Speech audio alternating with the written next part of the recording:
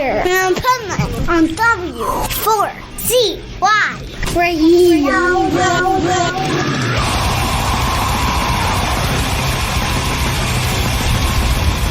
I'm dreaming 94. I'm thinking snowflake. I want more, so more. This is the Pipe Man here on the Adventures of Pipe Man W4CY Radio. I'm super excited about our next guest and actually where he's at, because we were just talking about that before the interview. So let's welcome to the show, Ryan Roxie. How are you? Ta-da. What's happening, Pipe Man? Great to be on the show. Oh, man. Great to have you. First, I have to say right off the bat, I love your studio backing there with all those guitars. Let's start there. Tell us about those guitars, because I'm sure each one of those, the way you have them placed, has some special significance to you. The only significance it has is that I actually need every single one of the guitars that sort of put around the room. This one especially, because it's a original Alice Cooper band guitar, was the Gibson SG. Both the original OGs, Michael Bruce and Glenn Buxton, played the SG. So there, in fact, I have to learn a lot of those songs and their parts. Makes it easier to do on the SG. There you go. I thought you'd like to talk about the room, because, like, to be honest with you, I can go and pick up that guitar. It's not even a green screen, which for the longest time, I have done a podcast called the In the Trenches podcast, and I always had a studio green screen, and people always thought, oh man, yeah, that's a cool studio, but I actually have a cool studio now. See, that looks cool to me. I'm like, I wish I had that as a green screen. I'll send you a screenshot of just the studio. But no, I'm very lucky to have this and be able to record music. I recorded the last two singles of the guitars and vocals right here in this room, and then it kind of an international affair. The drums recorded in Albuquerque in his home studio, and then we send up all the tracks to Canada to our producer Robbie Miller, and he basically, puts all the love in, puts in all the hard work, making it right. And it becomes an international sort of recording, especially with this newest single that we just have called Fight Another Day. We had a keyboard player from the UK, Keith Weir. He emailed his tracks in to Canada from the UK, and then Brijitte West from the New York Loose. She sang some backgrounds on it, and she was somewhere in Europe, and she laid her vocals down. So it truly is an international affair. And first of all, I want to say I love the name of that song alone, because I lived that my whole life. Okay. Yes, another day. Always. Yeah. That to me, like, says it all. Like, I don't even have to listen to the song yet and know that is all me. And I'll tell you what tripped me out too. Okay. So I'm wearing today a Grateful Dead shirt, because my live show in a couple hours, I'm going to be dedicating most of it to Bobby Weir. And I was like tripping out when I saw the same name, and I'm like, wow, that's really weird. Keith Weir, yeah, on the keyboards and on the piano. He's great. He was in a band called the London Quireboys. He's been there for years, and now him and Griff has their own band together. Griff Griffin from the Quireboys, they've got their own thing together, and it's sounding real good. But the Grateful Dead, if you're doing a whole show, shouldn't you be like Bong Man and not Pipe Man? Yeah, what's so funny about that? So I go on tour and I do festivals all over the US, UK, Europe, and the one question I don't ever ask artists is the question that's asked of me all the time by artists. Like, so I never ask, how'd you get your band name? Because I know from a lot of my friends too, that's like the number one hated question that they get. And Really? so they all go to me, they all go, well, where'd Pipe Man come? And they always make these assumptions, and then they literally will write a song in the middle of the interview and like sing this song. And it always either has to do with plumbing or what you just mentioned, bongs. Yeah. So everyone knows you were a former adult actor, so Pipe Man was your sort of your nickname, I guess. And Yeah, that's what there you go. He was your moniker. Oh, send in the Pipe Man. That's right. Exactly. See, I surf, so it could go along with that too. Like it could go so many different ways. I think that's where it actually came from, because you're in the pipe, you're in, Or in the barrel. skateboarder. I'm a skateboarder too. But guess Yeah. what? My last name. Pipeline. Yep, my last name is Piper. That's where it came from. It's as simple as that. And that's what I find if people ask how people got their band names, because Mhm. usually there's not some big story behind it. It's some simple thing, or like, hey, we were just hanging out, we were stoned, and the name sounded good. Well, yeah, Roxie 77, which is the name of my solo band, that is pretty obvious, is my last Right? name. Roxie 77 made sense. The band before that, that I had a kind of my solo band, but I put a band name to it, was Dad's Porno Mag, DPM, with the great Mike Fasano on the drums and Will Efforts on the bass. But that was Dad's Porno Mag, and that's, again, pretty self-explanatory. The first time Right. you found out about sex, first time you maybe saw another person of the opposite sex with no clothes on, was probably your dad's porno mag, at least from my generation. Now yeah, and that's true. It is true. It is true. And as somebody that used to hang out at the Rainbow with Lemmy and Ron Jeremy, it is true. Talk about a pipe man. There you go. I know. Right? Pipe man. And I want to know too, like, so I heard that Alice Cooper is like one of the greatest to work with, and encourages stuff like you're doing now, doing your own thing, doing your own creativity, having your own projects. So, and I don't think everybody's like that. In fact, I know not everybody's like that. So how cool is he that being secure in your own ego and in your own legacy for Alice? He really is. He's the best boss I ever had. And trust me, I've worked a lot of fast food restaurants. So I figure he is the best as far as letting you shine, because of that sort of being relaxed in his own legacy and stardom and household name status. When you play a guitar solo, he wants you up in front and center. He doesn't want you sitting in the back, sort of, pulling a Jeff Beck and putting your back to the audience or anything like that. No, he wants you, boom, up in the center, in the spotlight. And I really appreciate that about him, because he's always supported us, everybody that's in the band, with our solo projects. And you know what? If I can just get him to listen to the new single, I think he'll really like it. There you go. Well, let's do that. And it's funny because it's true, because like I'm friends with Nita, and I just thought it was very cool.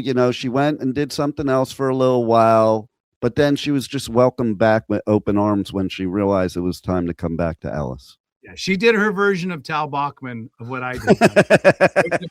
If anyone knows that name, if you know, you know. But I was in a band during the Alice years, between tours and stuff. It was an artist called Tal Bachman, and there was you might not know the name, but obviously there's big pedigree in that. Randy Bachman was the father. It's Bachman Turner Overdrive. It was his kid, his son, and his son wrote a bunch of great songs. Tal did, and I was part of that album and part of this song called She's So High. So next time you're riding in an elevator, or you're at a Pizza Hut and you hear some music, or you're on your Peloton, you'll probably hear that song come up once or twice. But that's my guitars and my guitar solo. But nice. That being said, that did not pan out into the world of getting up into the front of the stage and being able to solo your ass off. So when I realized that was sort of the writing on the wall, I'm very happy that Alice did ask me back, and we were able to get back on stage together and rock as a unit, as we have for the last, what did I get back in the band? I was in it from 96 to 2006, took a small break, moved to Sweden, did some gigs in Sweden, few bands in Sweden, did my own stuff in Sweden as well. But then back in 2012, got asked back, and we've been touring every year since then. So on and off since 1996. And there's definitely chemistry there because, like, I've seen you guys quite a few times at the Wimmer festivals, and like, there's such, you just see it on stage. Like, you can tell when there's chemistry or if people are just going through the motions. And, you know, like, you can also tell that Alice makes it like a family opposed to, you know, this is my band, like a lot of bands will do. Very You know? much so. And I believe that cohesiveness is basically reciprocal with the audience, because the audience becomes the family then as well, because we Yeah. see so many of the same places. You know, you talk about Grateful Dead and how they travel and they sort of follow the band along caravan. We have our own little Alice Cooper Sick Things caravans that come out in certain sections of the country, and they'll just be with us for like 1 or 2 weeks, and they'll go to all the shows. And we're very thankful for it because of that sort of relationship that we have with the hardcores. And then with every show, hopefully, we're still doing it. I will talk to people that will say, you know what, this is my first Alice Cooper show, but I'm coming back. So that's the best thing to hear, is when you know, you've been doing this for as long as we've been doing it, and you still get people that say, this is my first Alice Cooper show, now I'm a fan. I'm like, I love it. great. What took you so long? But thank you.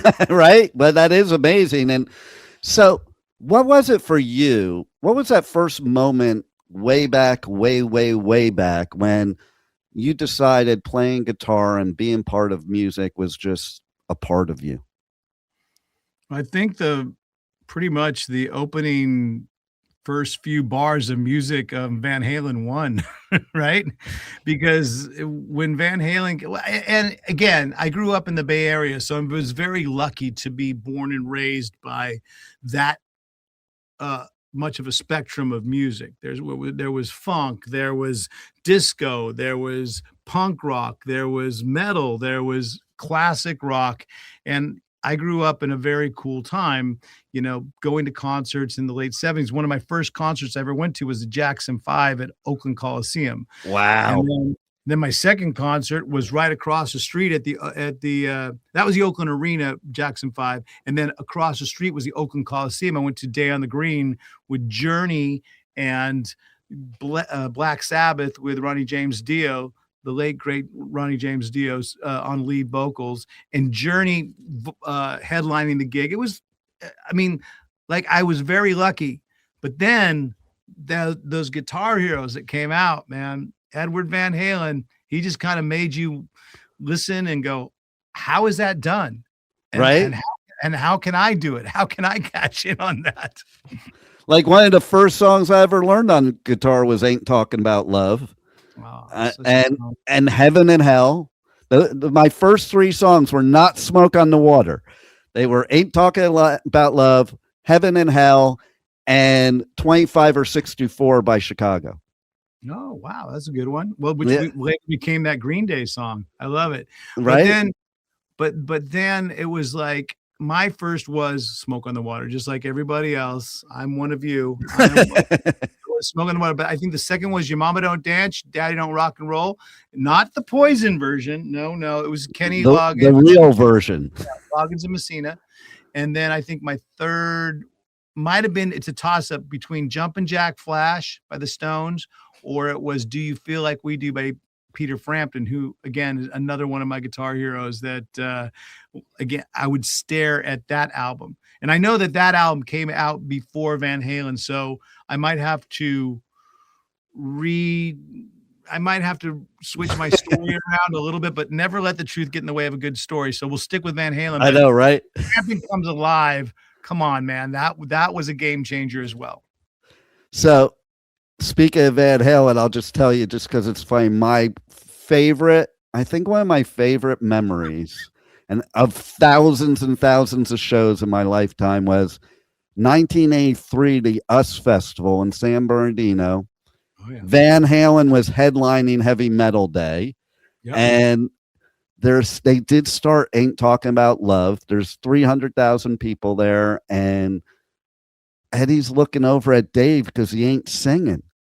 And then Dave just goes into the mic and he goes, I fucking forgot the words, and the whole place roared like that was the best thing that ever happened, except one dude who heckled him, and he turned to that dude and he's like, I will fuck your girlfriend.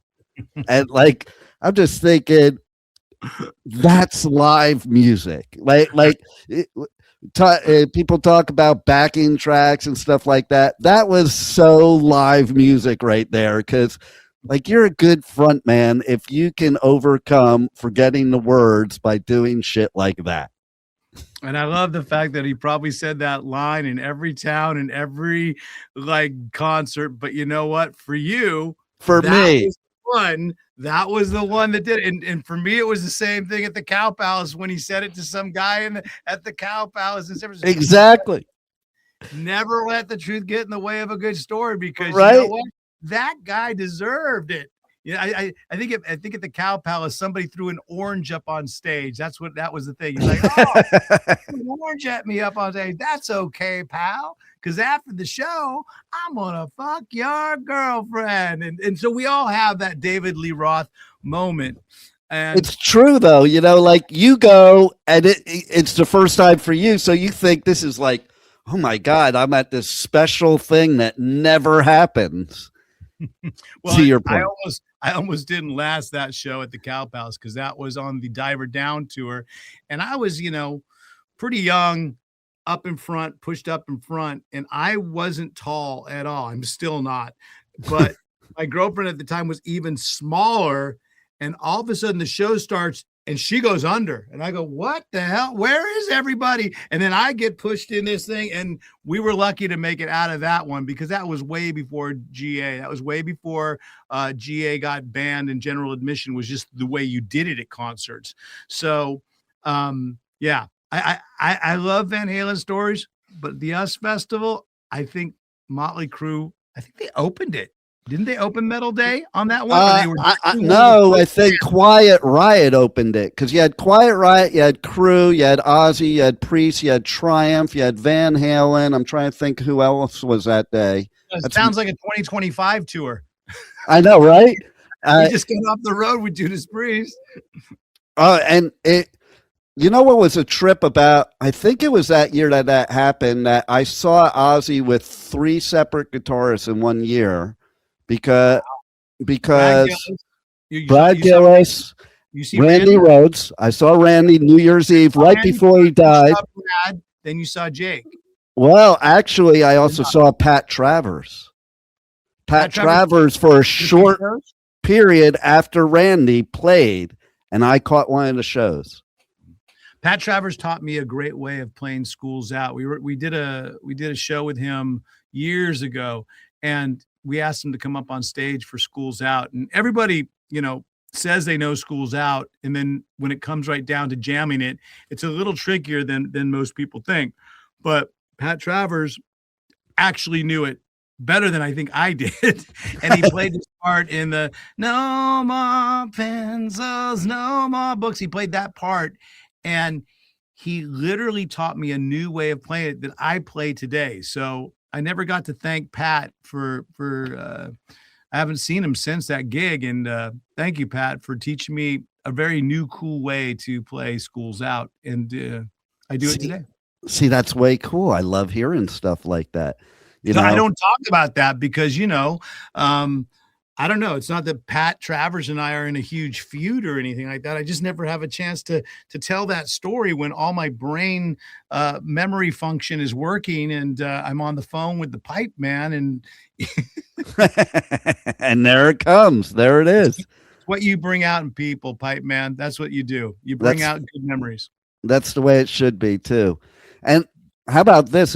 This is a recent good memory probably for you, that you guessed it on Rocky's Rock and Roll Symphony. Good segue. Yeah, absolutely. That was cool. That was a very cool memory. I got hats off to Rocky, and hats off to Paul Unger for setting it all up and promoting it and getting people into the studio, because they had never done a live studio audience. And it was a night off that we were having on tour on this last Alice Cooper Judas Priest tour. And ironically enough, I don't know if it's even ironically, but I had a gig to do with the Rock and Roll Symphony. The bands, Judas Priest and Alice, were having a band dinner that night. And I had to miss it. But in retrospect, it was the best missed band dinner I ever had, because we had such a good time filming this and doing it. And it hopefully will turn into something that we're able to do in more places, in more cities and towns when there are nights off on tour. I love coming in, live studio audience. They ask questions. I play some songs acoustically. I get asked good questions by the host, which is Rocky. And then Paul Unger's there, waving the flag, waving his blighter and stuff like that. So yeah, it was a good time had by all, I think. So go check it out. I think it's maybe you can put the links in somewhere. Yeah, I'll put the links in the description for the podcast afterwards for sure. Because I checked it out and I thought it was pretty cool for sure. And everybody has to check it out. So is there anything else you got going on in 2026 that you want the listeners to know about? I want them to check out all the new music that I have out. I put out a single earlier called Better Than You. And then we just released this one called Fight Another Day. And it's sort of, they go hand in hand together. So go check them both out on my YouTube channel if you can. All the links are at ryanroxie.com. New music is going to continue to come out all throughout the year. And we've got another year of Alice touring all in the works. We're excited about not one, but two shows. There's a Chris Angel, Alice Cooper show that's happening in Vegas. Oh, that's going to be cool. It combines illusions and rock and roll, which is one of the first times I think it's happened. And then we have the Alice Cooper, Alice's Attic, brand new set list and set pieces as well. So that's something to go check out. And then, if you want to dive in and become more inner circle, I do this thing every year called Roxie's All Access Pass. And it's basically like having a backstage pass to everything that goes on, before the show, after the show, backstage, post on the bus, getting dressed, the days off. So I kind of give everybody a sort of a glimpse into what life on the road is about. And again, ryanroxie.com, you can go check out All Access Pass. But yeah, look out for new music, and appreciate you taking the time to spend with me and giving me some good memories of my own. And best of luck with everything you're doing, Pipe Man. Hey, you rock. And I love what you're doing. I love your new music. Everybody's got to check it out. And they'll have to check out some Alice shows this year too, because man, those are definitely show. You don't even have to like the music to love the show. I happen to love the music, but it's just such a great show. There's so much to love about the music because Alice has put together some really amazing bands over the years, whether it's original OGs, with Glenn and Michael and Dennis and that musicality of it, they're just great. And they're the reason why we're still able to tour today, that whole original band. Yeah. Because we get to play those hits and those iconic legacy hits. And then all the songs that Steve Hunter and Dick Wagner were part of. And then all the Kane Roberts era stuff, we touch on all of it throughout the show. There's a lot of, it doesn't matter if you're 70s, 80s, 90s, aughts, or even up until this last album that we did with the band called Road. It doesn't matter. Whatever era you're into Alice, I think you're going to enjoy the show. Absolutely. Well, you are an amazing musician, and thank you very much for everything you've done all these years, and thanks for being on the Adventures of Pipe Man. Appreciate you having me, Pipe Man. Enjoy the ride, everybody. We'll see you out there somewhere. What's happening, rock and rollers? Ryan Roxie here of the Alice Cooper Band, and you are listening to the Pipe Man right here on W4CY Radio. Rock it.